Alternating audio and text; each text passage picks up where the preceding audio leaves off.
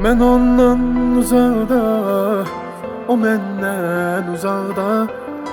Görəsən neyləyir, o yadı bir ocaqda.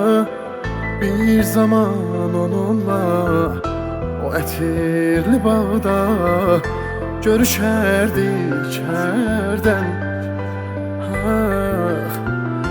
Heyf o günlərdən. Bir vaxt sevmişdim birini, o idi dünyanın ən şirini.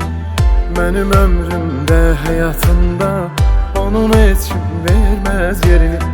Bir vaxt sevmişdim birini, o idi dünyanın ən şirini. Mənim ömrümdə, həyatımda onun heç kim verməz yerini.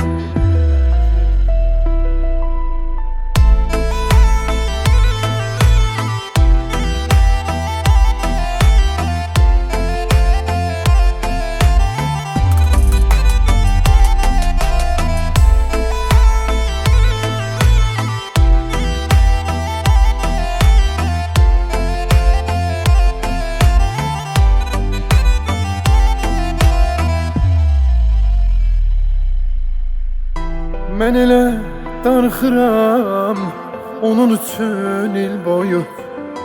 O çıxıb gedərdi kəndə tətil boyu. Bir zaman onunla gecə sahil boyu gəzişərdik hərdən. Heyf o günlərdən. Bir vaxt sevmişdim birini, o idi dünyanın ən şirini.